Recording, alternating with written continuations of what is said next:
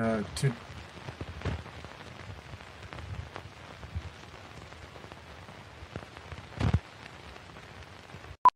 You are listening to the Lucha Central Podcast Network. And now, LuchaCentral.com presents Masks, Mats, and Mayhem. I'll write it and we'll do it live. Fucking thing sucks.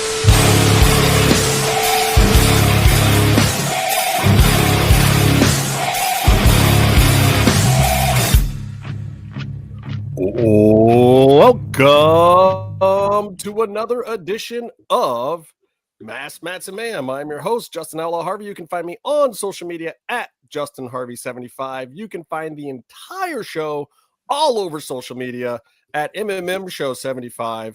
And big ups to our man Tony Allen over there, who's that way, Tony Allen, diagonal. Because he's been busting out some great clips, and the people seem to really be enjoying them. And let us know what you guys think of the clips and what little segments from the show you'd like to see on social media, especially those diehards that are watching the whole shebang. And over there, Meefloaf, across the pond, are you awake? Sweet. Yeah. Oh, I thought you were there for a second. I like that everyone was commenting on your whispering, your angry whispering. Yeah. I got to angry whisper. Kids in the house, man. He doesn't want to wake them up. He wants to be fired up and he wants to yell at all of you people, but he doesn't want to wake up the kids. So oh no, if I wake up, I'll have them on here screaming, and then we'll see. Yeah. See, none of us want that. None of us want that. But everyone seemed to love your clip, Meef. Oh, good. I'm surprised everyone understood it with all of the bleeps that Tony had to put into that clip. Yeah, I didn't drop the C-bomb for a change. Always nice. Well, there was a clean version, and there was the uncensored version. I have to tell you, Tony, I listened to the uncensored one, and I was offended, so I couldn't. I bet. Howdy, Rebecca. Howdy, Brent. And most importantly, howdy, Jimmy. What's going on, Jimmy? Hey, what? It's been 2 months or something like that. I don't even know anymore. You know, I did a show last night over for the guys at Lazy Booking Podcast TV. I figured, you know what? I should actually just do one recording for you guys. It's been a while. Podcast week for Jimmy. Hey, we love it. Well, we're glad to have you around. Where's JT? Is JT coming? We're too early for him this time. Probably. I don't know. He probably thinks it finishes at 4 He did talk to us during today, so I don't know. Well, come on through, JT, if you feel like it. You don't have to come on time. We don't care around here. Just pop on in. Anyway, I'll tell you what. So, me and Tony and the Meefster over there, we watched. How many hours of Full Gear did we watch? Oh Jesus, I don't know. 25 probably in one day. For myself, I've tapped out. Guys, isn't the show still going on? Yeah, Yeah. Moxley still got someone in a rest hold forking them. So I liked it by the end of it. It was weird. Like, I was kind of hate watching it for a little while, but then like halfway through it, I was kind of realizing that, oh yeah, in my mind, good things are actually building up. Like, I'm actually enjoying some of the things that are happening.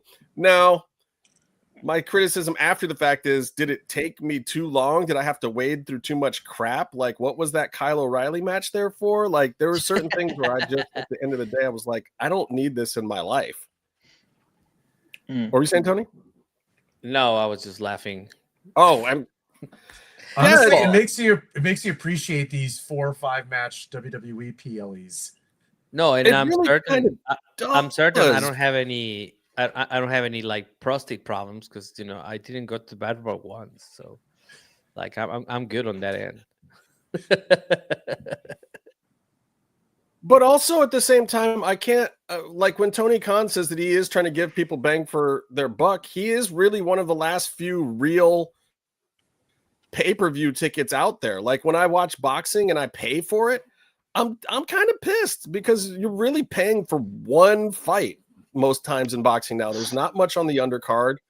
And then the ones that have had good undercards have actually been the Netflix fights, which is weird to me because those are the ones that I'm not paying extra for. But I can appreciate that Tony wants to give me more bang for my buck, but like, let's take two of these matches away, maybe. Anyway, so Are we my counting big the pre-show? yeah, where's Byron? Because Byron should be in on this too. Byron, get your butt over here. Somebody Yeah, bring but Byron. Tell him isn't to it hurry like up. isn't it like when you go to a festival? That's what I felt that it was.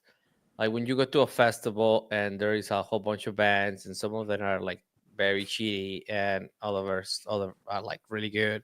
And yes, you go for the top headliners, but then you find like one surprising one that is like really good, maybe. It did not really happen like that. The matches that we thought were gonna be good were the matches that were good. And then the rest were just there. So yeah. I guess. Well, I want to talk about the Moxley Samoa Joe situation, but because Byron's not here, I'm going to talk about Brock Lesnar first. I'm going to talk about Botch Lesnar because How come this is so okay? Go, let's do it. Like, how come this is news? This is Was he working for Lucha Underground as a cameraman? That's the question. Because that was I a mean, fantastic it's kind of a Titus moment. All but right. here's the thing. So, I'm sorry, Byron's texting me. It ruins Brock Lesnar for me because he broke character a little now bit. the other problems yeah, we have with that ruins Brock Lesnar for you. Oh, okay, wait, hold on. But that's the whole thing. Like, he's already hateable in real life to a certain extent. Like, he's already half canceled, but still getting a job. And all of a sudden, he's like the jovial guy putting the hat on Braun Breaker, which was equally as bad as the fall. He's and guys, pyro is blowing him up. And this is the guy who 2 months ago completely squashed John Cena for no reason. Yeah. Right. But that's what I'm saying. It's like, this is supposed to be some indestructible monster, awful human being that we're just supposed to hate. That we know is going to get forced down our throats for at least the next 6 months. And then like, he looks like he should be a clown in AAA. Like, what's going on? I don't know how this works for anybody. And I don't know how I feel going into Survivor Series. So my real question for you guys is, does the minus aura on Botch Lesnar ruin Survivor Series for you, or does it just not matter? I mean, I don't think it really matters. Let's be honest, it's Lesnar, which means one of two things normally when he does a big PLE. He either curtain jerks so he can get the hell out of there, or he main events because he's, a main event talent. So basically, he's going to come in as the last heel in the War Games match and just wreck shop. The last real heel. No, nice callback. Shout out to J-Man and Urban. But yeah, he'll come in and clean house before Roman comes in as the last face. It'd be interesting. I'm interested to see how he works with him in that cage. That's about it. Oh, someone's going through it. Brock is most likely going to be the one to take someone through it somehow. I think you've got to give that spot to Braun Breaker. I think he puts Brock through the cage with a spear. He got the hat, so that's his spot now. He's the I think he turns on Brock Lesnar and puts him through the cage, and everything falls apart. I'm really glad Brock did that to Braun. Well, now they got to do something because that was just stupid. That was stupid. I mean, the thing is, will Bronson take take a big spot in this match because he broke both of his ankles last year. Someone else has got to take the big spot, not Bronson. Remember when we watched that live and we were all like, "Yeah, his legs are gone." True. It was horrific. Well, I'm absolutely not watching Survivor Series because of Brock Lesnar. Like, the only thing that I care about is Cena and Dominic Mysterio. So, and even that, I think we're losing. Are you guys losing me, or am I losing Justin? I think we're losing. I think we all lost Justin. I will say that I'm pretty sure the match order for the show, I mean, correct me if I'm wrong, but there are only 4 matches on the card. Yes, I'm looking forward to that. Yeah, so basically, I think everyone knows that the way it's going to go is women's War Games, then Cena and Dom, then Steph and Nikki, then the men's War Games. I reckon Steph and Nikki might be the first match. Or pre-show it. No, they got to separate the War Games matches. True. Yeah, probably that's true. So And maybe you got to Nikki, go women's, then men's, women's. men's. Yeah. Unless they throw a curveball and start off with the men's games, but I doubt it. They can still add something on Friday, so they might make it like 5 or 6 matches. But I don't think that's going to happen. But it will be. It's a possibility because I mean it is 4 matches, so it's going to be like a hour and a half. Well, it probably can, I guess. I mean, SmackDown itself is probably only going to be like, like half of the show is going to be the men's Survivor Series match. So they're really whittling down the amount of matches this weekend, which, hey, I'm all for it. Yeah. Depends if they then decide to do a filler. Yeah, whatever doesn't make it on a SmackDown, if they want to throw it on Survivor Series, sure. But you have a lot of the big acts in the men's Survivor Series match already. So I don't think that, since that match is happening on SmackDown, I don't think much is going to make it onto the actual Survivor Series show itself. Because I was talking to Byron earlier today, and I was like, what if we do the watch along this time for a Survivor Series? And I was like, because now it's only 4 matches. He's like, oh, I might be able to manage that amount of time. And the show's not going to go any longer than 3.5 hours compared to 7 hours of. It might not even be that long. What there was one of them that was like 2 hours and 40 minutes or whatever. It was like the Netflix Raw episode. Listen, I mean, the 40 over guy in me right now is so happy that these 4 match pay-per-views on a Saturday night, especially on holiday weekend, are happening. Oh, beautiful. Yeah, I think that's gonna be our. I think it's gonna be easier to watch along if we do that. In any case, because people did enjoy it. I just think people left because it was midnight in some parts of America. So it was lunchtime in the UK. People left and some people out and whatever. It's like, oh, we keep losing Justin. Did we lose Tony? There's no. We keep losing you. No, it's you who. It's somebody gotta text him because I don't think he can. Yeah, it's like Hold on. The buffering outlaw over here. But honestly, like, I'm pretty good watching that. I'm gonna feel good watching that show. It's only gonna be like a couple hours. Yeah, like the fact that this is following Full Gear Weekend, you're gonna notice the vast difference. Well, that's gonna be the main. That's gonna be like the main difference, and spectacle wise too, right? Because whereas you go to the AEW for all this amount of matches, and then you get like the payoff at the very end. In WWE, you're just gonna get 4 matches, and supposedly we're gonna get to the point real quick. And then we're gonna get like, I'm sure we're gonna get some kind of reference to Stranger Things and stuff like that, because that's what's happening right now as well. I mean, very much. It's very possible. I mean, oh god, I feel like don't say that, Tony. There'll be a fucking LCD ring. What do you mean? No, of course. That's the question is, will it happen because it's on ESPN? I mean, granted, it's on Netflix worldwide. Yeah, that's my point. I'm gonna get it on Netflix. I'm gonna be watching it on Netflix. Yeah. Oh, same here. You know what's gonna happen, don't you? Wait, what do you wink? Somebody just send me VPNs sponsor us. We're open for business. Yeah. And honestly, let's be honest. I found one thing I want to sponsor us. I will save a bunch of time and not watch it. Oh wow, Brand just like hating on the pay-per-view.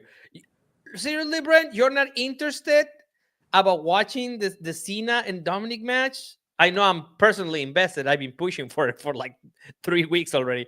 But that is my main attraction for this. Yeah, I I mean, don't let's think- look at it this way. We're basically looking at Cena's last PLE match, which is probably the main thing everyone's looking at. And then the War Games matches that are basically going to be compared to, for better for worse, the Blood and Guts matches that happened a couple weeks ago. But how can they be compared? Like I don't see anybody bleeding buckets. I mean, they definitely won't be blood-wise. No, it's not going to match, but they're going to try to outdo them with the weapons and the spots at least. Okay, so there could be a little bit of blood. We've seen more blood. do you think the women will have blood like that? I think that's been like the defining line here. I mean, I wouldn't doubt it. You know, like maybe it's not decided upon by the producers, but maybe the talent in the ring will decide, hey, you know what this match could use? A little bit of color. Yeah. Rhea's nose is bound to explode. Oh wow. It's crazy that it's another War Games I was match where just- she has a broken nose. I see her with a mask on. What is that, Justin? Justin needs to move I was back to breaking up. America and get some internet. How south in the deep south is just. Well, not on the home Wi-Fi. I'm on a Wi-Fi that got 700 people on it right now. That's right. Do it. Yeah, so It's like I'm more interested in hanging out with the fellas. Oh, thank you. Well, I guess now we're gonna have to do it. Well, if you people join us on Saturday, because now apparently I'm gonna have to do it. I will do a chewy, but I will do it on my own twist on it. I already got the beer. I'm not gonna do it tonight because I'm sleepy AF. You guys, I had one of those days, so so I'm just trying to survive it, if you know what I mean. But I will be doing a treat. And anybody can join in. Oh wow, we just like completely lost this guy. This is a technical difficulty episode. I mean, I won't be a part of the watch along, but I will definitely be watching at least. Yeah. Well, Brent, apparently, I remember people hated Cena and booed him out of the building for years. Now they all love him because he is leaving. Hey, listen, you don't know what you got till it's gone. Exactly. Yeah, that's the whole point of this. Also, hindsight being 2020, you can look at the past with rose-colored glasses, and as tired as we were that Cena was being pushed to the moon as Super Cena, as someone said online, some of the best moments in wrestling were when you were booing Cena. Mm-hmm. And also the thing is what else would they have done? Like during that era? Jesus Christ, who else would they put the belt on? Yeah, there was also Did you someone wanna else see The they Miz were every week? booing. There was someone else they were booing over the last few years who now everyone just like goes crazy for, and his name is Roman Reigns. Oh well, but that's how it goes. Like I think that's like kind of a formula with WWE, right? Like you just they were also hating and booing a guy that's now the champion now. So like like Punk. So they were booing because he was in the other company. So now everybody loves him. So it's the same thing. Or even Same with with Dom. Dom was so good as a heel that people couldn't even boo him anymore. I mean, still are, but you're hearing Dirty Dom chants every show now. I feel like they went back to booing him this time though, and it felt good to actually get his real heel heat back this season. I don't know. I kind of liked it because I felt like it was getting a little too. And this is Whoa, This we is the almost problem got a with full American sentence out of crowds. We almost Justin. got a That full was damn it. That was so the close. American crowds don't know how to behave. Oh well. They're part of the show. Are you referring to the Understand? people in the continent or the United States of America? No, I'm kidding. Oh yeah, sorry. I apologize, Tony. I- Well, yeah. Yeah, because Then I'll get it it first case, in this if conversation. that's the case, Ethan Page is the champion of all of North America. So The well, I I get me started on that guy in give the. the colour just so to keep them happy. So if you don't call, because America's the world, isn't it? Remember that. America is. Have you ever remember that Simpsons episode when Homer is like has a shirt that says, we're like the United States is eating the world." Like, But the thing is the fans just they've got a job at the show. We all know feelings. We all have these things, and we all pop the things. Yeah. if you watch when they come to Europe or they go to anywhere else in North America or Central America, let's just go there, and South America, it's just, the Americas is a continent. That's But- why all the shows, all the PLEs that are outside of the US are the best ones to watch. Yeah, Of course, because yeah, yes. They are. they boo like hell and give a thing, but they're laughing as well because we all know we're part of the gig. You know, we're part of to put on the best show.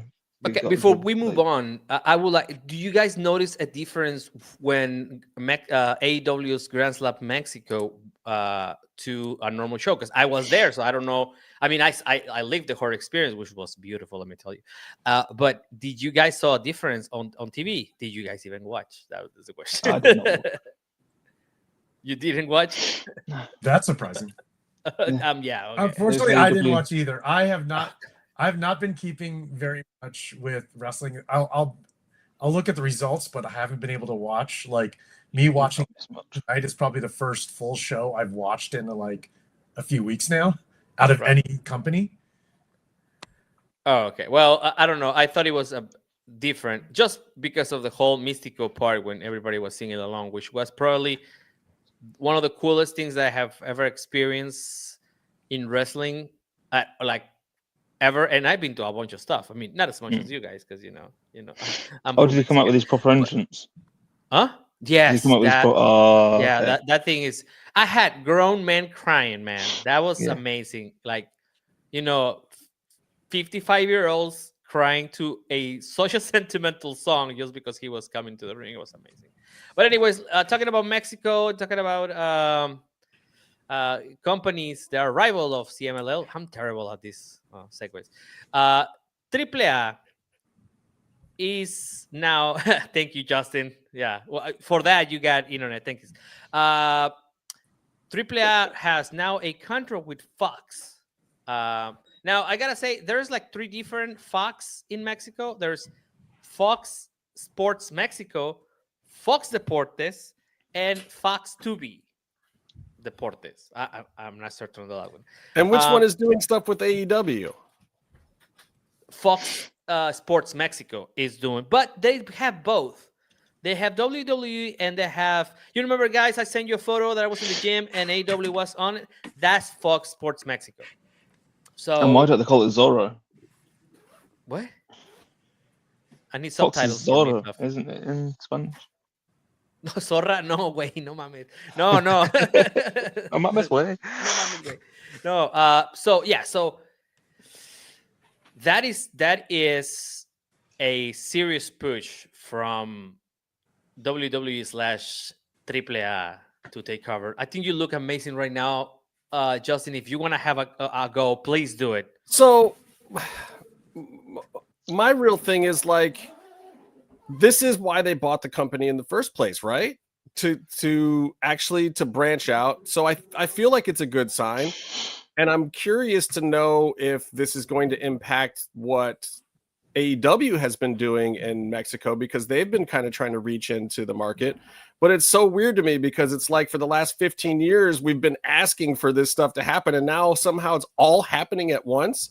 And I don't know how I feel about it. Like when I saw that billboard and I'm looking at it and Mr. Iguana right out front, but then everything else feels so WWE. And then at the top, you've got Hunter and Sean and Triple H instead of Borash and Conan and Dorian. And Dorian's a character on TV right now, and he's not on there. Conan is still a draw in Mexico, and he's not on this billboard. Like, are these guys getting pushed out already? I'm just curious. Like, it felt. I knew that was going to happen. So Very mixed feelings about the whole thing, and I don't know how to feel about it. I mean, remember, Triple H has to be in everything now. I don't know where the rule came from, but he's got to be in everything now. Remember that tribute video to Cena? You have to have Triple H in it. And I think I will get to what you said. I promise. But I think the biggest issue here is, so we have to understand that CMLL is not AEW as AAA. It's WWE, right? Where is CMLL's move to be part of this? Mhm. Like, where is their TV contract? Now, AEW went out from being on basic cable on Warner Brothers Latin America. I think it was, I forget the name of the channel, but it's like the comparative to TBS. I think it's the Warner Network or something like that. And then they went on to Space, which is actually a very popular channel on basic cable in Mexico. And then they went to Space on YouTube, which still was very good because they were doing amazing numbers. I remember being on the chat, and it was like a lot of numbers. It was a lot of people there. And then from that, they went to VIX for a couple of months, and then they disappeared. And now they finally seem to have some stability with Fox Sports Mexico. And I don't know exactly how this is going to play out because there's a lot of legal stuff going on with Fox in Mexico.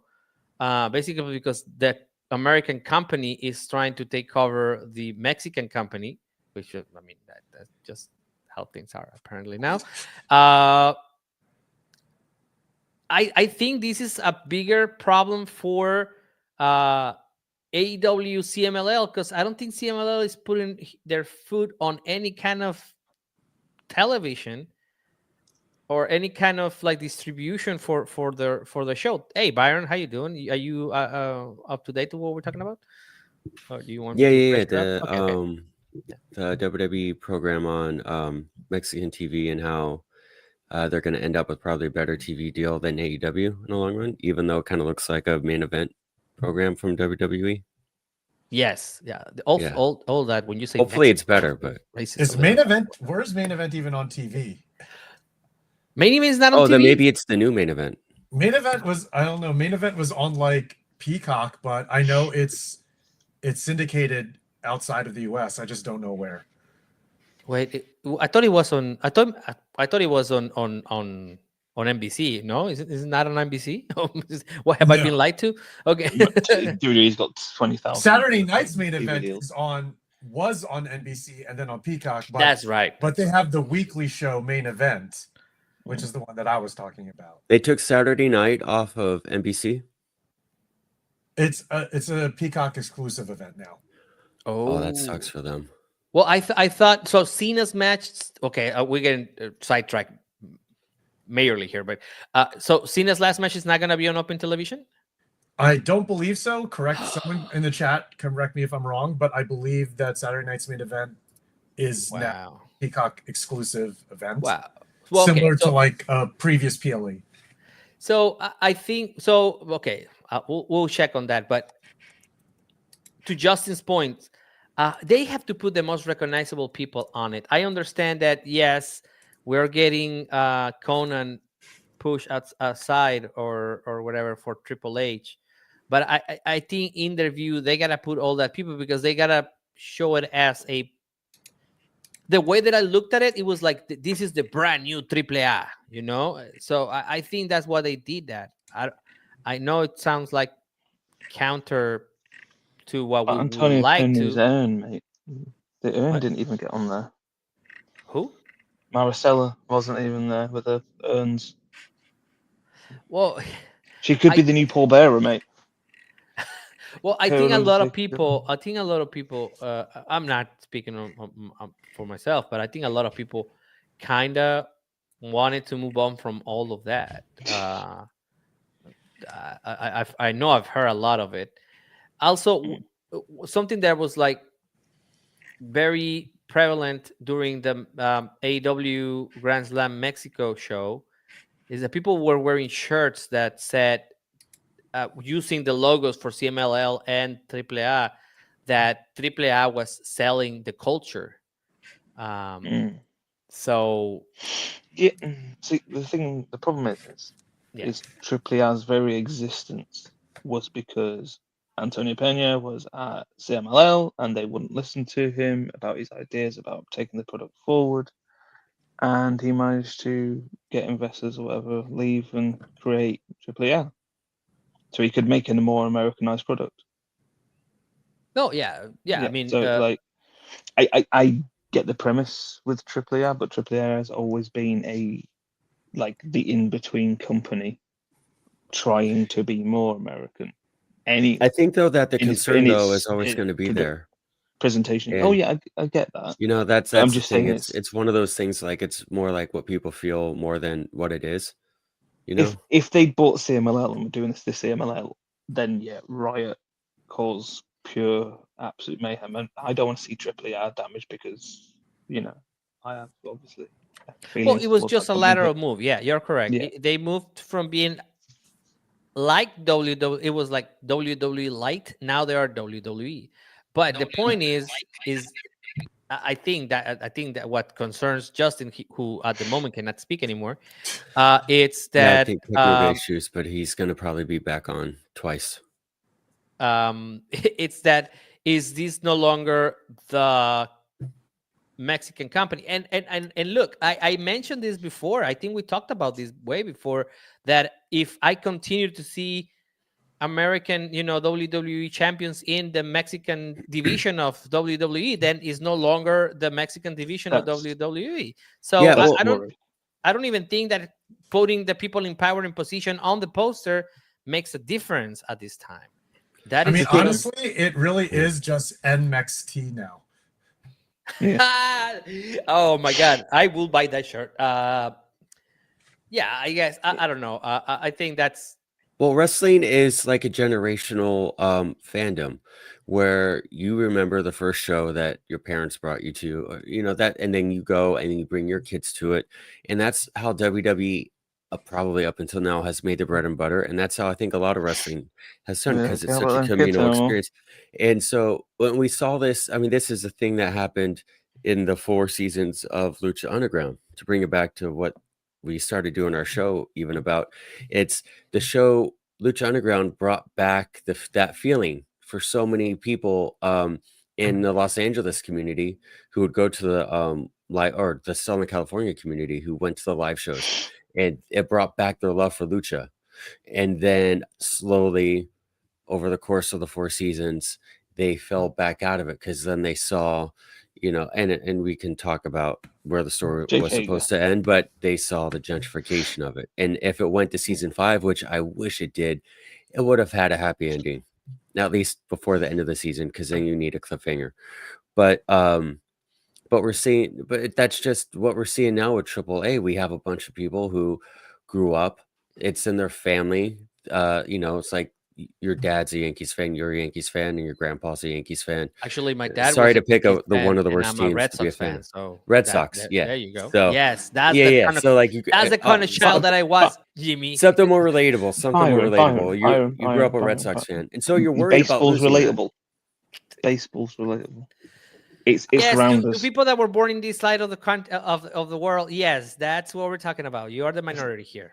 It's only game that can be longer than. You want me to talk about football? Football. What, you want me to say words like Leeds and Arsenal? I don't know what those mean. I don't want you to mention Leeds to me. One of them means lake, doesn't it? Anyways, Justin is Juan Outlaw. Seriously, yeah. I don't know how. Juan. He's not even the. Oh my God, John is. Never mind. Go ahead. I told you. NXT. Hey, I heard this guy did the vignettes on the Underground. As an example, my name is Joe John William Richard Barker.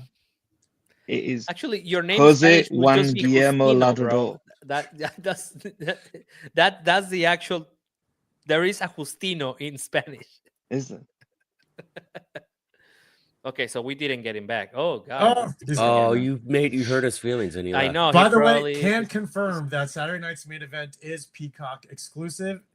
The show has not been on NBC for a little while now, at least through the last 2, I believe, at least. And the next one is also Peacock exclusive. So Cena's match is not gonna be on open television. That's a bummer. Nope.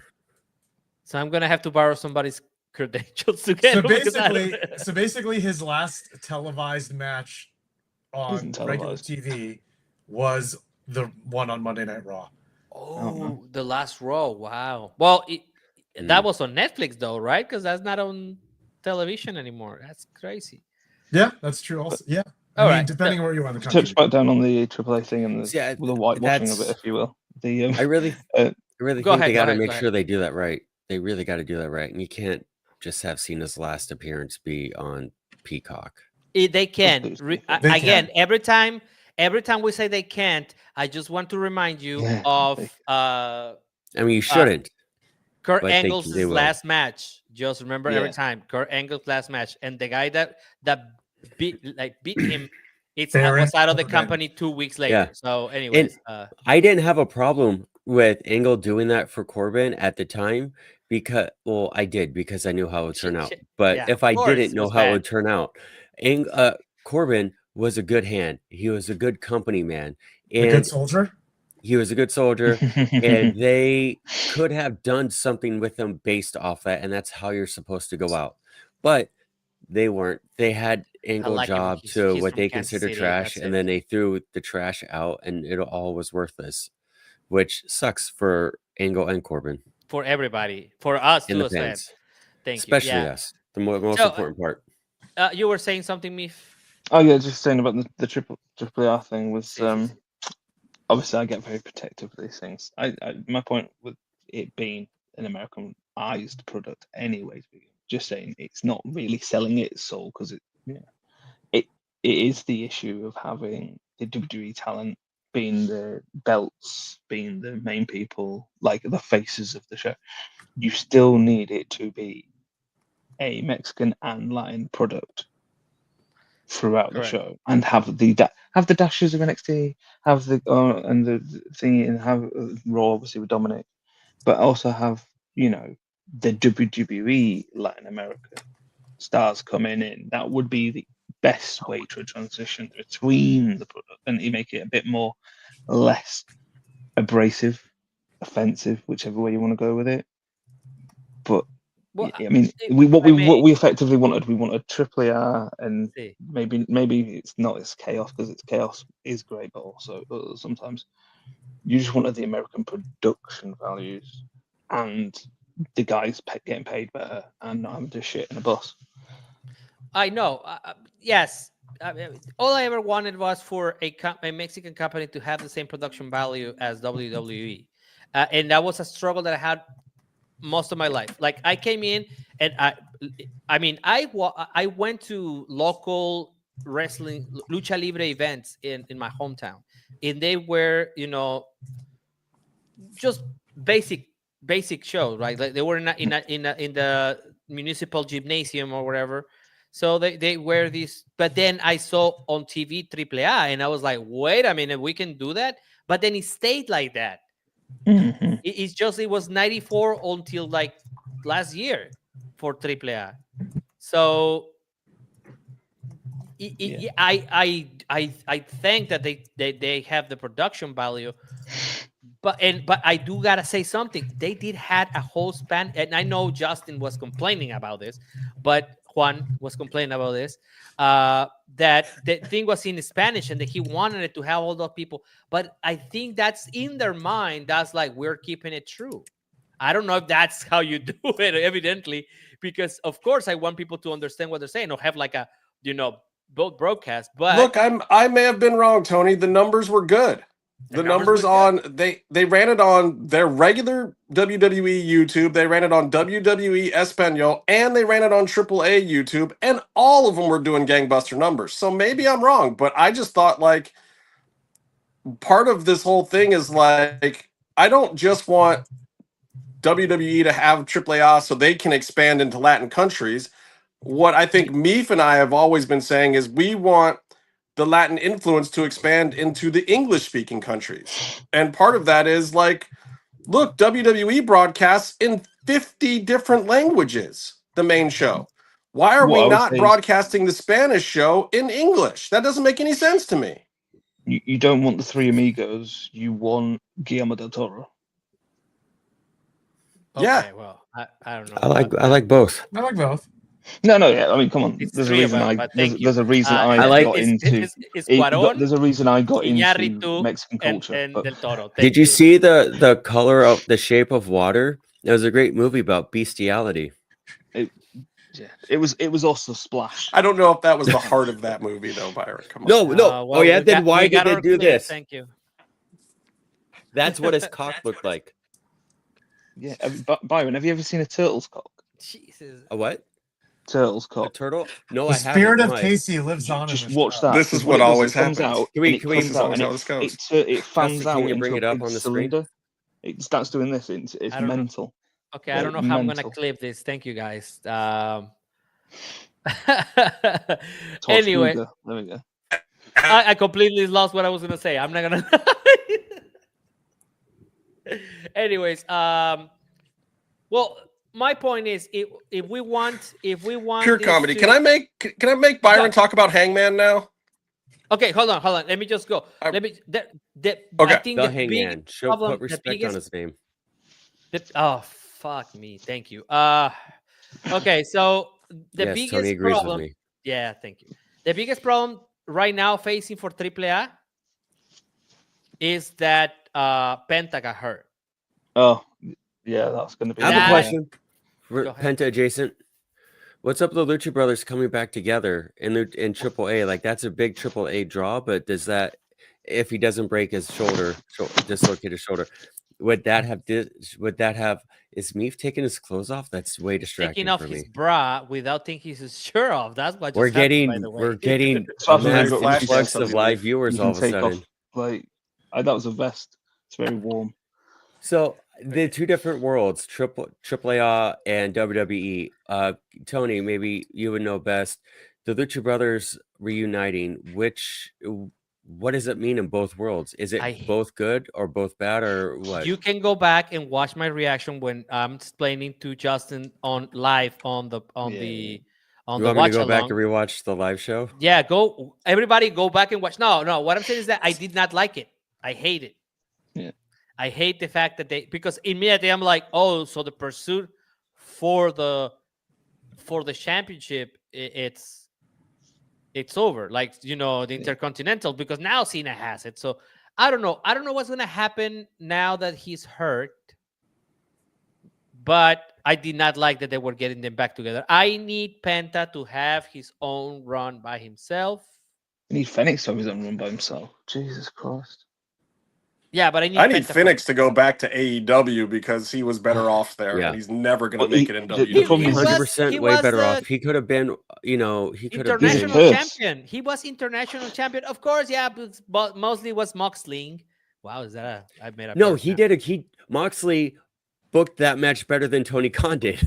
The thing is Phoenix has become a curse in WWE. As soon as they put him together in a tag team with somebody, they have an incident. Oh wow. Well, he was not in the premises, but But also, if we're talking about the Penta injury, Sam Adonis, I saw a thing just before I came on, said basically, this is why you don't ignore basic training and you learn how to base properly. You might catch a guy. I don't know. I don't think it's on anyone's that one. I'm not gonna. Oh, it's just if they were better. That's my thing. I don't get the whole, but like my thing is in WWE, you see it a fair bit where someone just needed to be just a bit better. Just like a classic thing of a basics thing equals just a kind of let's not do that, or a thought process gets involved. Also, just a thing of I'll throw my body under this just to make sure, readjust them midair to make sure they don't land. Well, I don't know. And so besides Penta's, I think that this will be a great moment to have Hijo del Junior del Dr. Wagner the fourth step up. Step up and Saludos, los magníficos. Okay. Step up and be in the mix, because I the whole family, of course, it's great, but I really would like to see him shine here. So that is the opportunity we can have. Justin, you have really good connection. You want to say something? I was just going to talk. I'm going to move on to the other thing. Thank you. Okay. The topic I was going to start with, but Byron wasn't here, and I need to hear Byron's opinion on this because he might be the only person that cares. We're gonna gang. Oh yeah. Let's talk about Samoa Joe as champion, because I think that Samoa Joe is the champion that AEW needs. I think that continuing with Hangman would have been a mistake. I think the surprise of putting it on Samoa Joe works, I think the hook turn works. I think it validates the ops. I think this is the perfect direction. I don't think Hangman should be champ right now. And I don't think he should get it back. Oh, I think he should be adjacent to it. I think you should want him to get it back. And I think that's the point. But I don't think he should get the belt back. I think Samoa Joe is the champ you need right now. And the champ you need later is not Hangman. It's going to either be Kenny Omega again or MJF again or somebody else. I don't think it comes back around to Hangman right now. And I don't think it comes back around to Swerve right now either. I don't think they're the guys to lead the company right now. That's my opinion. And I'm sure Byron is going to debate that. I don't know, but I think if you get the belt back on Swerve, I mean, you're going to want Swerve to have it, but if you get the belt back on him, then you're going to put him in collision with Hangman immediately, and I don't think that's where you want to steer the story. You have to be intentional with all the stuff you do out there. But can Tony Khan wait a year to make that happen? Like, I want to see that happen. No, that's what I'm saying. That's why you don't want to. I want it to be. That's why undeniable. I'm saying you don't want to do it now, because you need to look at, okay, Swerve as champ right now would be awesome, and that'd be a great moment. But then you got to look at what hand that forces you into, and so you got to prepare for not the next step, the next 2, 3, 4, 5 steps. So yeah, you should definitely hold off on that. I don't think you want to put Hangman and Swerve against each other right now. You've invested so much, and you got them in a fresh position with each other. Make all the money you can off of where they are now before you change something up. That's just efficiency and assets and value in your booking. I am a huge Hangman fan. I love everything he's done. I know you guys don't like it, but I think Hangman, his journey and the Death Rider story and Hangman winning was for the majority of AEW fans. That was the return the feeling moment. That's what it was. And it brought AEW back to where the fans would feel good watching the show and were invested in it. But the thing is, when the babyface wins, they become more of a passive character, and it's a nice feel-good party. And eventually, like, it's not Hulk Hogan era anymore. When John Cena did the Super Cena, all that stuff made a lot of stuff that Cena did later on effective. But the Super Cena build, by that era, fans are tired of it. And he got booed, and we all hated it. Now everything he does is great, and he'll lose and blah, blah, blah. But you just can't have a babyface on top is tough. I agree that the result, all of it, even with Hook, it positioned everyone in the most effective and interesting way. It made Hook interesting. It gave him something. Yeah. This is the most interested I've ever been in Hook. The ops, it gave them teeth. They were they did a thing, and then they did a turn, and they were going to be fodder. And then I wanted Hangman to win. I thought he was going to win, but then the ops would just kind of be tossed to the side. They would be ineffective at that point. They would have been completely ineffective. And I agree. I actually thought and kind of wanted Hangman to win, but when I saw this, I was just like, this is actually the best piece of booking I think I've seen Tony Khan do in a long time. Every single person became way more interesting. And then now Hangman gets to go back. I mean, as a babyface, he gets to go back into chase mode, which is the preferred money-making version of every babyface. Tonight on Dynamite, he wore black again. When he had the bug eyes and he was crazy and he was burning down houses, that was the most interesting version of Hangman. And now he's aligned with Swerve, who is also in that mode. That's a whole brand new thing that we need to, they're aligned, but we don't know how that's going to work out. It's interesting. All right, let me point out one more thing while my connection's good. And I also want to hear from Jimmy on this one too, because I know he's got a solid opinion. But okay, watching tonight, I feel like I love where they were going with the concept of this Swerve and Hangman kind of being at odds, but being more against Joe right now. I get that. But they're going heel with it. And I don't understand why everyone's got to either be this heelish baby face to have credibility, or they've got to be a cool heel that's likable as a heel. Like, why can't we just have them be good? Why are they hanging guys? Like, why are they doing attempted murders on young boys with chains? Like, I don't understand that from the guys that I want to root for. It does not make me want to root for them. It makes me go, why are you attempting murder on young boys? That's what it does for me. Justin, as a reminder, AEW is for the sickos. So you think he called the hangman? I mean, you had to hang. Justin, you got salt in your shoes, brother. You'd be hard pressed to find anyone who wants a white meat baby face in AEW.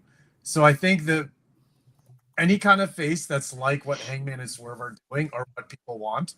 And honestly, I'm now going to the whole Hangman Joe of it all, but I agree with Byron. Like, I think that Hangman was the champion, but it was the right time to pull the trigger with Joe winning because, number one, no one really saw it coming, so we got a surprise, which we rarely get in wrestling nowadays. And also, it cut off Hangman from getting to stale because he was the face champion. Like Byron said, it's all in the chase. Joe's always going to be a great heel. He's always going to be a great heel champion. And now that he, unlike his last title run, he's the heel and he has backup.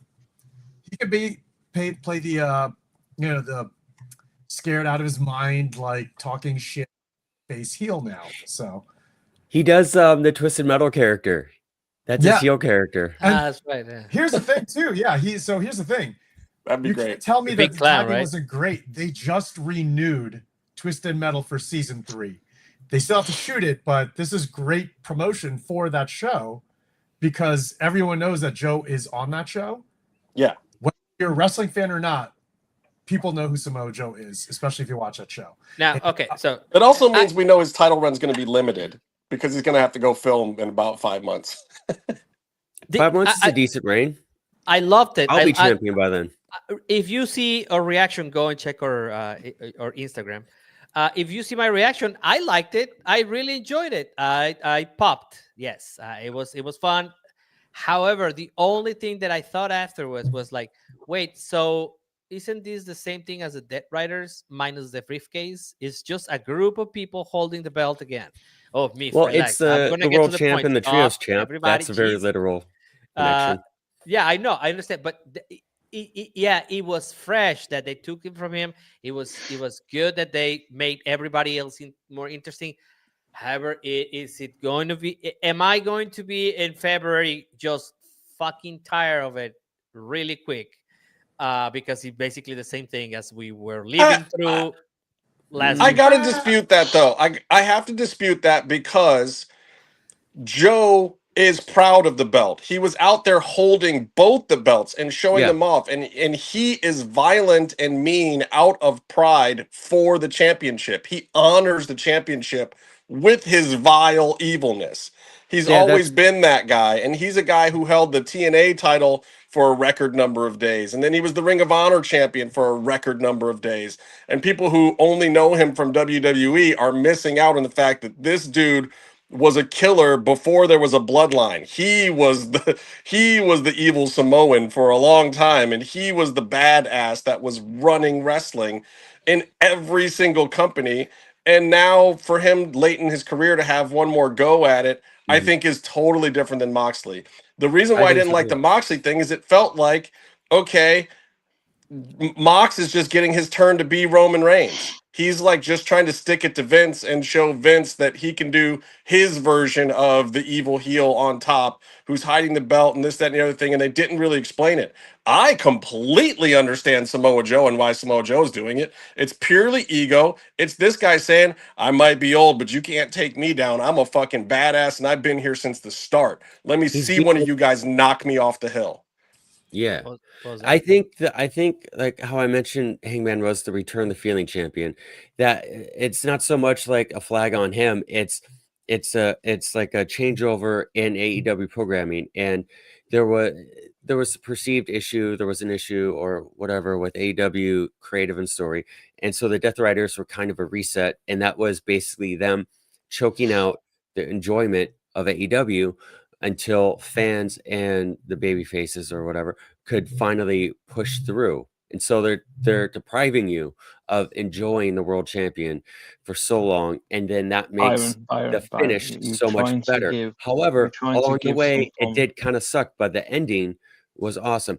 But that said, you can have your opinions of it, but I think when Hangman won, it's a different era, and heel champions are not going to be Death Rider Reigns. To Justin's point, they're going to be entertaining heel champions. You're going to have entertaining babyface champions, and now it's going to be more of a fun and entertaining AEW main event program. Just to touch on what Tony said.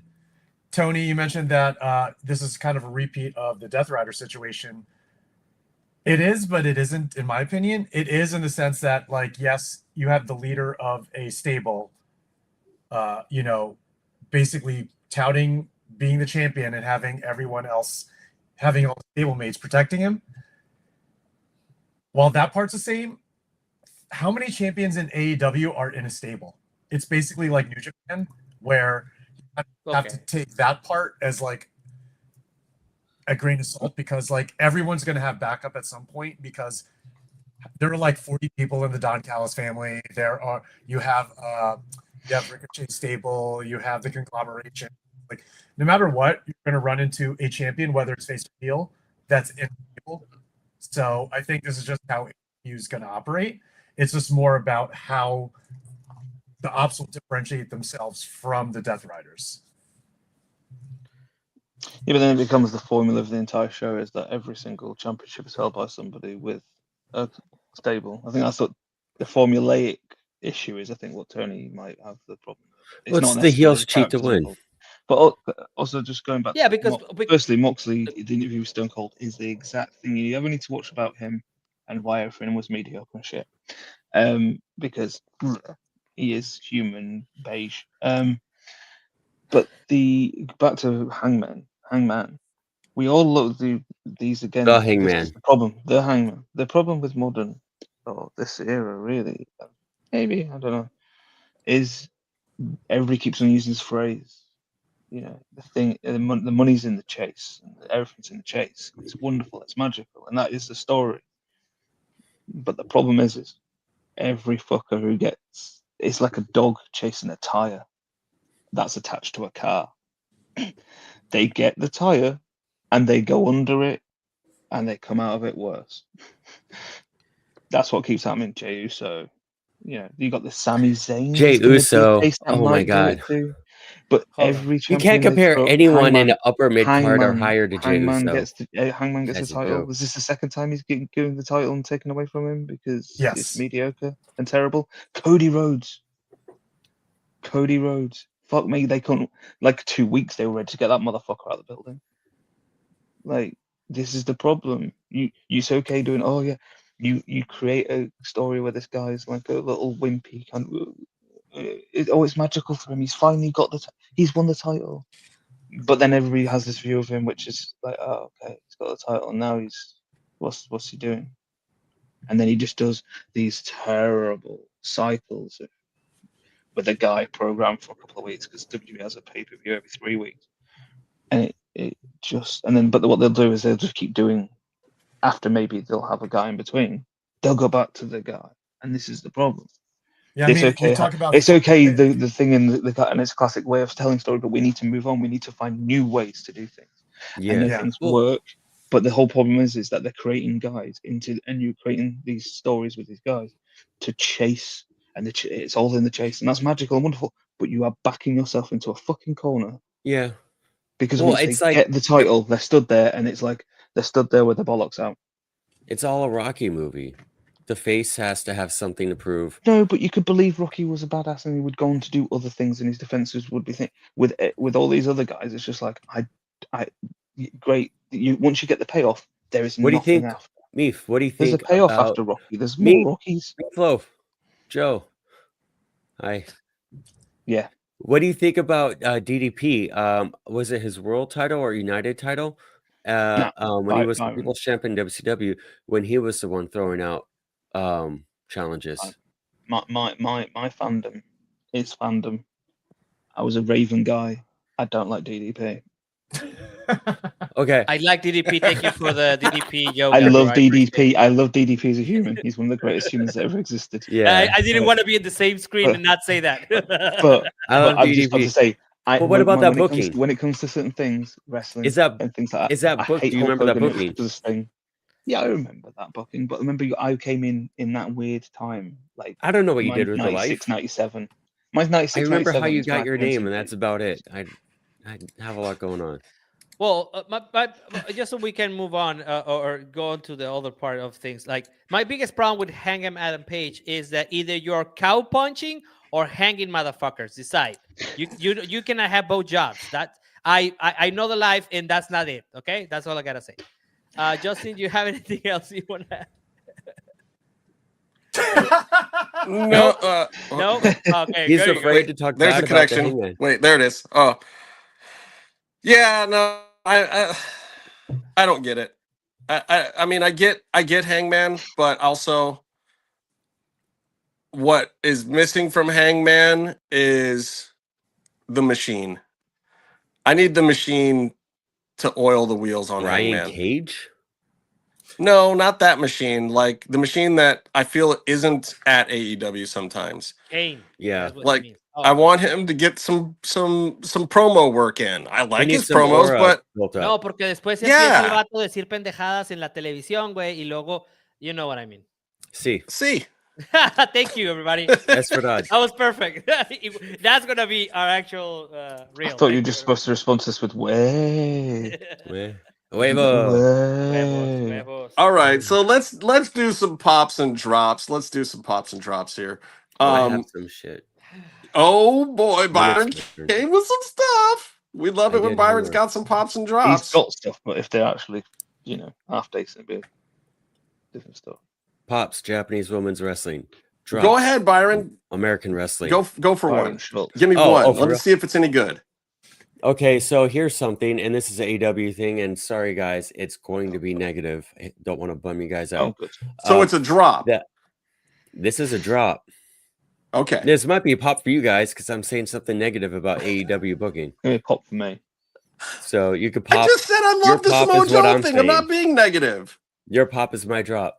It's me doing anyway. So basically, here's a sequence of events. You have the pay-per-view on Saturday. It was a lot of exhausting fun. By the way, you really gotta, if you watch AEW pay-per-view, if they're not going to change their philosophy on the length, you got to do your own intermission. You just have to pause in the middle, refuel, get ice cream, do whatever you have to do, and then come back fresh. Watch the That ice second cream half. thing was pointed out to me earlier today that is like Yes. a must. It helps. Anyways, Okada comes out. Some of us He can't has do this- that when we're doing a live watch along.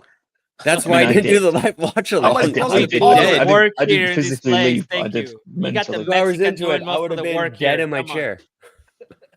So that Okada comes out, he has a great match. He has his unified belt. They don't bring out the other two because sometimes they do the Roman with the 3 belts thing. That's weird, but they had a clear story, clear vision where he had a match. He had the unified belt.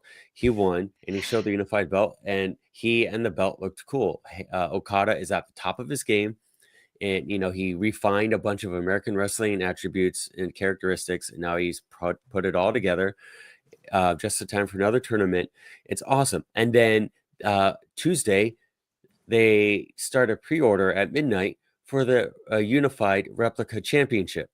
It's probably like one of the best replicas you can buy. That means it's also way more expensive than a lot of people want to spend on something. But and that's cool. And it even hooked me for a minute. I'm like, oh, this looks really cool. And it was important on Saturday. And this means it's important. I kind of want it now. And I kind of think Okada and the belt is a really cool thing. And then I'm watching the show tonight. And the first fucking segment, he walks out with an international title, the other belt. And they say he gave up this belt. And no one mentioned the unified belt, which is up for sale. It's up for pre-order now. No, they did, Byron. They did. They said the unified? So their reasoning is that because it is the Continental Classic tournament, the belt is temporarily not unified because they're not gonna get it out till the end of the I think they tournament. established that last year. Yeah. So he doesn't Barely. have the unified belt anymore. It's pre-sale. The pre-sale's open until like another week or so. They're trying to sell a fucking thing. But he that they doesn't not just- have the belt either. If he wins the tournament, it's still unified. He No, has but the title. He doesn't He has have the Continental belt now. So the unified belt doesn't exist unless the two are together, which means the belt they're trying to sell, they took off TV. Whatever dance you guys are talking about, they took the thing they're selling off fucking TV when they Not put saying it up you're for wrong. sale. Not saying you're wrong, but not saying you're That's wrong. my but, point. like, That's what I'm saying. reasoning is The two things ludicrous. together, you have the third thing that they're selling. They took that away while they're selling it. It doesn't make fucking sense. That's not how you run a fucking company. It or makes a sense if they business. also looked at the additional part of that sale, Byron, which is if you purchase the Continental belt, you get 50% off either the international title or the TBS championship. No. You get the TNT or TBS, which are two belts that they're probably not. Oh, moving. They're TNT, trying yeah. to clear some stuff. Those belts, by the way, I have the red belt TNT and I have the world belt. And the AEW replicas are among the best that you can find. That are from official replica belts, and they're probably among the best value for the dollar. However, because if you were to get a WWE replica belt that was the same quality, it would cost a lot more. However, WWE offers replica belts at a price point that people are actually willing to pay and that are much more affordable, and maybe you don't need them to be as good. Not everyone needs to drive a Lexus. So Well, it's that actually segues to my drop, by the way. Thank Go God, ahead. Jim. My drop is Ricochet winning a damn title. Like, do we need another belt in AEW? Like, we're I think Justin's gonna go back on this. we're going. I mean, We'll I've see. been gone, but like, hey, the champion was just crowned, and Byron is talking about the lunacy going on with the unified Continental International title, and you're going to throw another belt into the mix. Like, why? Why do you need to have so many champions? I mean, what's going to be next? The AEW Strong title? By the way, Tony, if you're watching, give me credit for that if you create that title. I think New Japan, they're pulling back on their American programming, which they probably should have done a while ago when AEW just stepped on their whole American market. But I think they're going to be, over the course of the next January 4th shows, the Wrestle Kingdom shows, between them and their Stardom Strong Belt. I think they're going to be absorbing the strong belts. I think they're going to be doing the opposite of AEW and consolidating their belts. But I see the Ricochet belt. I feel like they're currently promoting that belt well, and they put it on Ricochet, which is a good move for that belt now. But and maybe the plan is to have him go off and do interesting, different things, and it'll have its own identity. He'll defend it on different independents. Again, that's what the international belt was supposed to be. Exactly. They defended the international Pacific title. Atlantic belt or something. Yeah, but it's like, But okay, this is part in of the 6 problem. months, where's it going to land?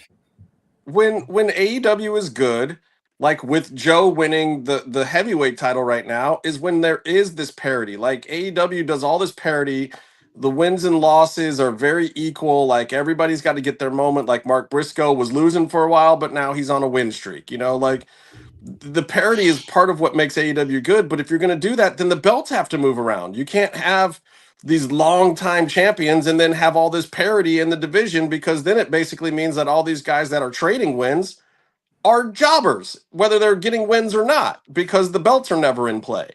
And even though the belts are just props, like if I have a feud between two guys going back and forth forever, and yeah, it's just they have to make up their mind. They're either doing the WWE type thing like they did with the Death Riders, and they're having some villain at the top that just holds the belt like Roman forever, and then you're building baby faces off of it to try to build something for the future. You're either doing that or you're doing the parity thing where everybody is equal and anybody could win on any given day. Like we can't have, like, I love Okada, but Okada can't be holding up 5 belts. It doesn't make any sense, because then you do have to create another belt for a Ricochet. And then he's got to pass it to Kevin Knight or Speedball or whoever the hell he's going to pass it to. That's what I'm saying. Saturday, it made sense. Okada had his forever belt because you love seeing Okada as a champion and winning tournaments. As a mark who loves watching him grow up and succeed in New Japan, fine, he can have that. And then you make another belt that the wrestlers can wrestle for. Ricochet has that. Fine. Now, once it comes along, who knows? Now there's 15 belts in tournament, and what matters?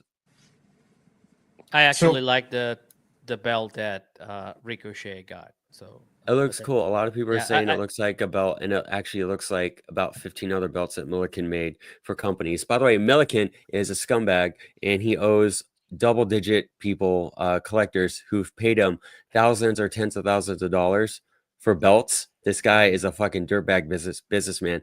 All these people have been owed belts that they paid in full for like over 10 years. He doesn't fulfill their sales.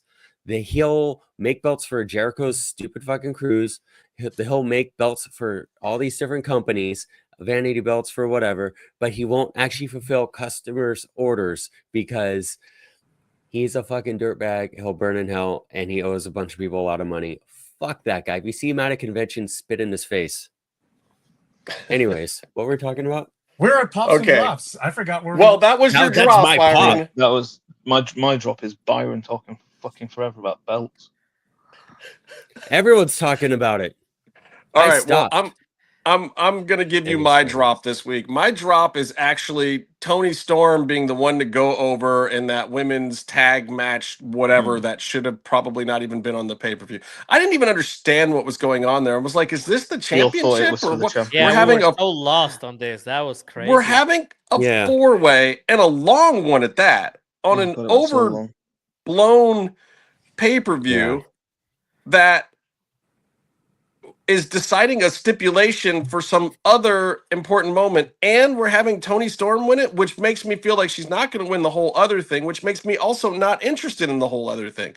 Like, it was just a fail of booking, in my opinion. Everything they did with that match, and I love seeing the girls get time on TV, but that's not how I want to see it. I want it to make sense.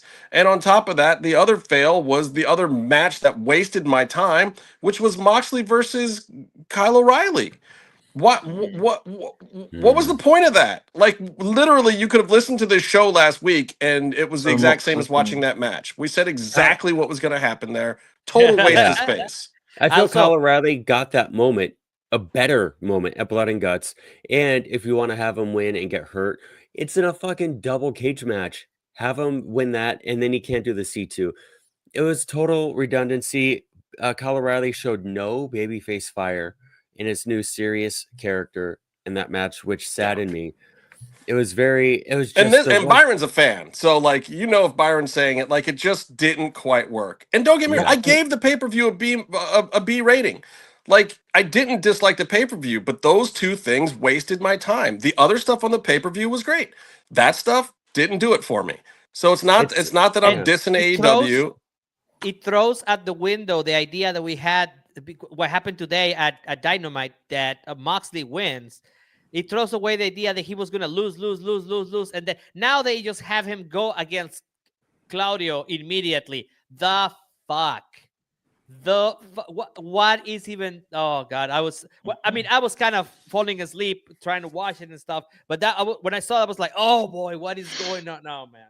And I feel like when they do that, they're just taking my time away from me. I don't feel entertained at all. I feel like they're sucking my time away, and they're making me not like wrestling when I want to like it, when I'm liking everything else going on the show. And then they do those things, and it's like, guys, just at least make it make sense. When you do a super long pay-per-view, people are going to start looking at matches that they're like, I don't need to watch this tonight. I can watch this on a Wednesday. Yeah, you're calling attention to it by cramming it in there. So anyway, that's my drop of the week. Meefloaf, do you have a drop? Besides hating Byron? Well, it's not and AEW in general. No, is if you're going to go on podcasts and whinge about stuff, you should probably not continue to enable the person you're whinging about to do the horrible behavior, and just fucking name them. Oh, Becky Lynch, that you're not naming? Yeah. And then Seth Rollins was whinging about somebody else, and it was like, well, then just fucking name him Seth. And then he was whinging about people. Oh God, what was it? He was whinging about people always. Oh, people have got to have an opinion on stuff. From Seth Rollins, the man who literally has an opinion on Pebbles, and goes on a podcast to tell people about Pebbles and why he's better than Pebbles. Because you got to get that point in that he's got to mention that he's better than Pebbles. This is where Casey would chime in with a drop that his drop would be Seth Rollins' nude photos that leaked. If you guys That's aren't what Casey following would say. Meefloaf on Twitter, by the way, or X, whatever we're calling it now, you need Twitter. to be doing that. Follow me on everything. It's me Follow screaming Lucha. about football. Don't forget Lucha Leather. Okay, so guys, I don't know if you've seen this, but Andrade, breaking news. Can I get He was on Can I get the ticketer that says breaking? Never mind. So he was on Deport TV, which is a TV Azteca program. They don't have any wrestling right now going on. So this is a pure sports show. And he just... wow, thank you. I felt for a second that was the sound in the...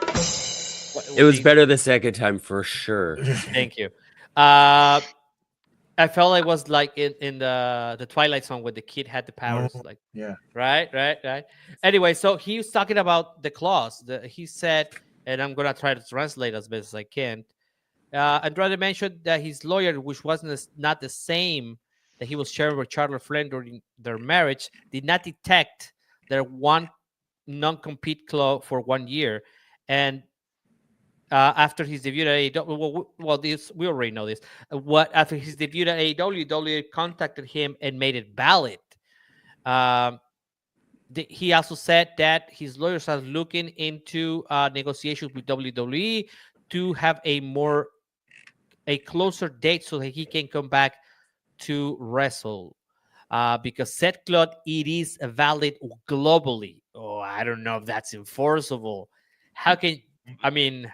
Globally? I don't know. Yeah, you go to Australia. What are their courts going to do about a contract he had in America? That's what I'm saying. Like you cross. Yeah. I mean, in Mexico, we do have agreements, international agreements with the United States.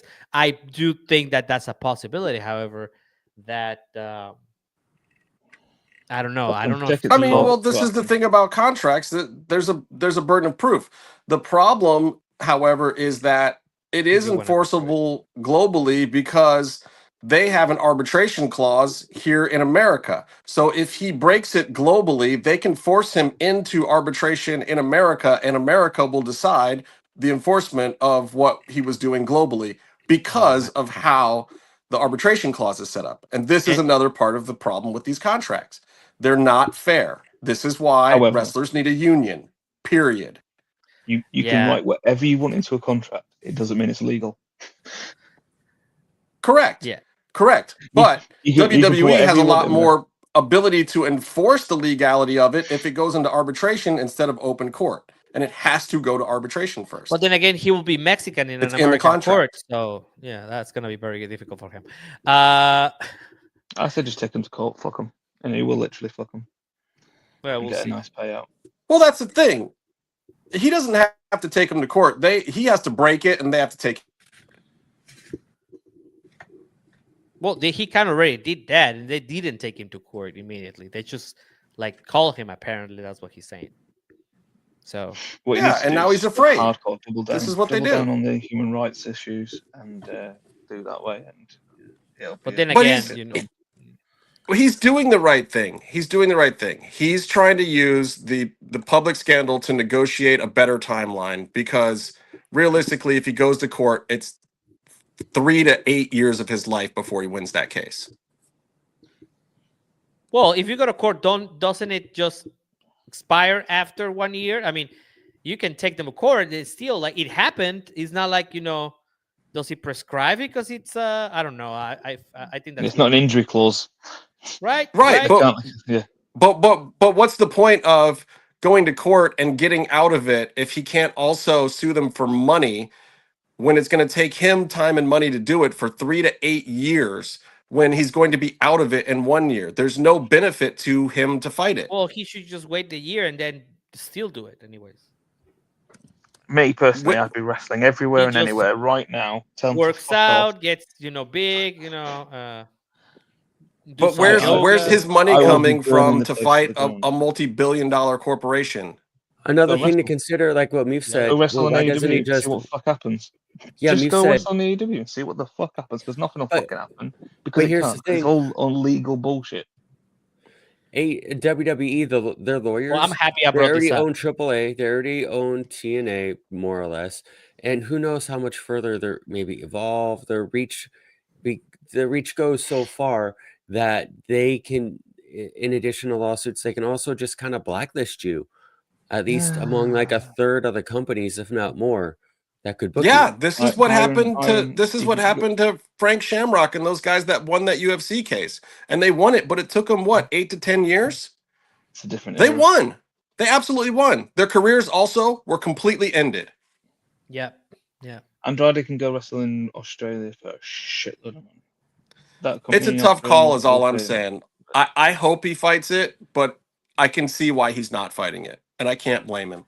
Oh, the other thing as well is if you're doing the public thing and saying, "Look, I'm trying to come Did to some reasonable agreement," it looks better for him on paper. Did everyone did their pops and drops? Is that No, Jimmy. Oh, pops. Jimmy? Okay.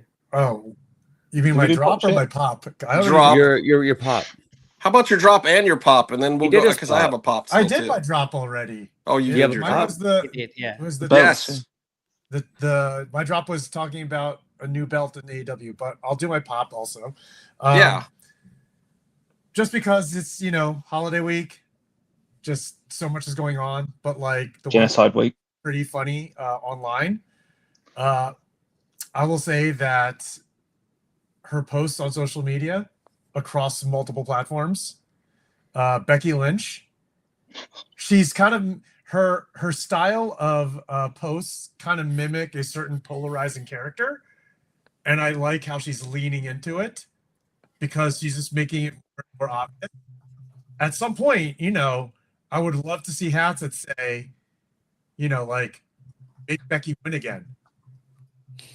Orange I mean, hats. the cadence in the promo I thought was like dead on. So Not she subtle. nailed it. So what you're saying It's is not Becky Lynch subtle doesn't at have a all. single original idea. Got it. Not many things in wrestling are original anymore. Most of them are not. Chris We'll Jericho's see. entire career is ripping off pop culture than other wrestlers going, he's so smart and creative. If she pushes it far enough to make Meef like it, then it's a total success. She did that one promo and she should have stayed with that attitude, but no, back to doing the whiny, can't wrestle horseshit her entire career has been built around. And it's working. Clip it. It doesn't matter if it's good or not. It's still You working. clip it and then I'll get absolutely murdered by WWE fans and Becky Lynch fans. That's okay. You can take it. Fantastic. Somebody's got to be the heel. Yeah. I think it's Yeah, I funny know. that she complained about that this is an obvious complaint about how she won at WrestleMania, and then like the very next week she has to sell a stupid little punch from what's her name, from a wrestler. I'm not even going to mention her name because I can't remember it. Maxine? Because it's not worth it. No, I know no, what you're not talking about. Maxine. I'm not going to mention the name either. Oh. So anyway, so then she has to come and like sell a punch, which is this lady's finish, which is probably because I was a fan of hers in NXT, but she didn't grow at all, and she also turned out to kind of have a shitty attitude, which is why she got she's out of the business now. But yeah, she's like the biggest. Oh, Mandy Rose. The lowest point of my career was winning at WrestleMania, then having to like sell for her and work a program with her, of all people, the very next week. And then that person made a reply on Twitter. For some reason, the algorithm put it in my feed. And I'm thinking, who cares what this lady has to say at all? That's just so funny. She's just so... she's so irrelevant. And she was trying to like still come out on top over it. And it's just... What's your pop, Byron? My pop is the C2. I think it's interesting they're going into it with storylines. Normally the tournament's based off the New Japan G1. The tournament starts interesting storylines and competitions that carries to the main show of the year, and they're entering with a lot of strong storylines, and there's a very strong field, and the matchups are all going to be clean, decisive, like bold choices with bookings, and it's there's no halfway about it. Someone has to win. So like I'm enjoying it. I thought most of it was great this Wednesday. The finish to Orange and the Swiss man Claudia was good, but I'm also like them fighting each other isn't novel to me anymore. But everything else about the C2 has been great, and I'm so excited it's C2 season. That's my pop. All right. I still have Meef, 45 do you minutes have anything left that on you it, but liked? you guys could take it. Did you like something, Meef? No. Great. Moving on. Tony, what'd you like? I don't know. First I have to. My pop will be that we did that watch along, and the people stayed with us through the whole thing. I want to thank the Maniacs. No. Okay, I won't do it again. They're denizens of Deliciousness. Oh, We're the denizens of deliciousness. Because Okay. we're the delicious show. daddies. Oh, We're the delicious daddies.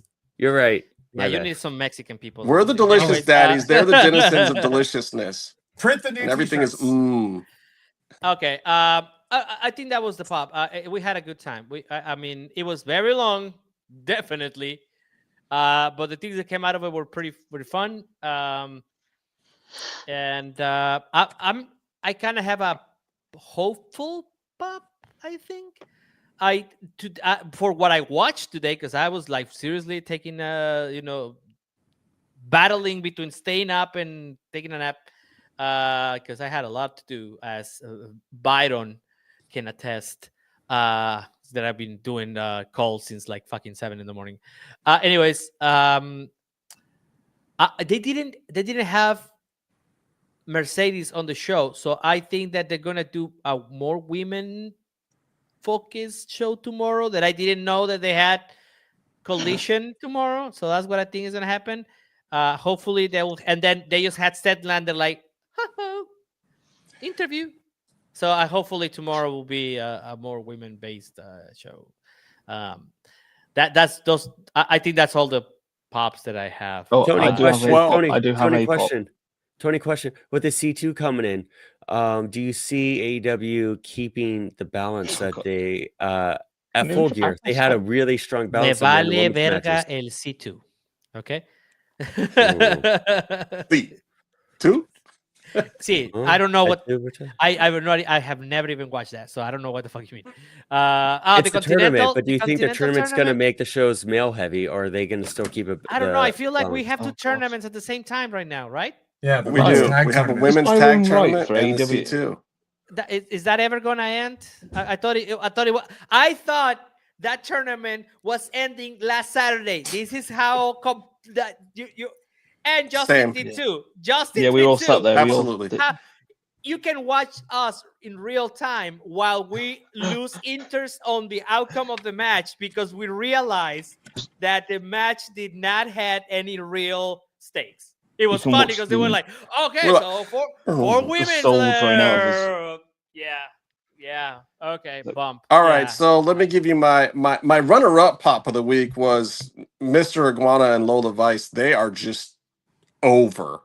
Yeah. And I love to see it, and the crowd was into it, and they are super, super duper stars.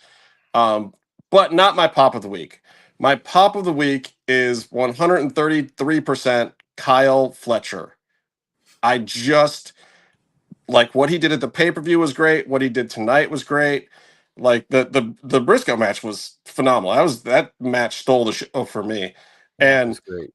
Every time the kid's just getting it right now. Don't get me wrong. He may have almost killed Adam Cole.